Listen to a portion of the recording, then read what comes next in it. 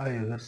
நான் உங்கள் இஎல் சுப்ராஜ் ஃப்ரம் மாருதி வர்மா சென்டர். இப்போ இன்றைக்கி நம்ம என்ன பார்க்க போகிறோம் அப்படின்னா, ரன்னிங் நோஸ் நிற்கக்கூடிய வர்ம புள்ளி. அது எங்கே இருக்குது அப்படின்னு பார்த்தீங்கன்னா, நம்மளோட ரைட் சைட் ஃபேஸில் நம்ம மூக்குக்கு பக்கத்தில், சரிங்களா? இந்த ஒரு கோடு மாதிரி வரும், ரேகை மாதிரி வரும். அதோட டாப்பில் இருந்து இந்த அழுத்தம் லைட்டாக அப்படியே அழுத்தி மேல் நோக்கி தூக்கி இங்கே இந்த பாயிண்ட் நம்ம முடி ஸ்டார்ட் ஆகிற இடத்துல சென்டரில் அழுத்தம் கொடுக்கணும்.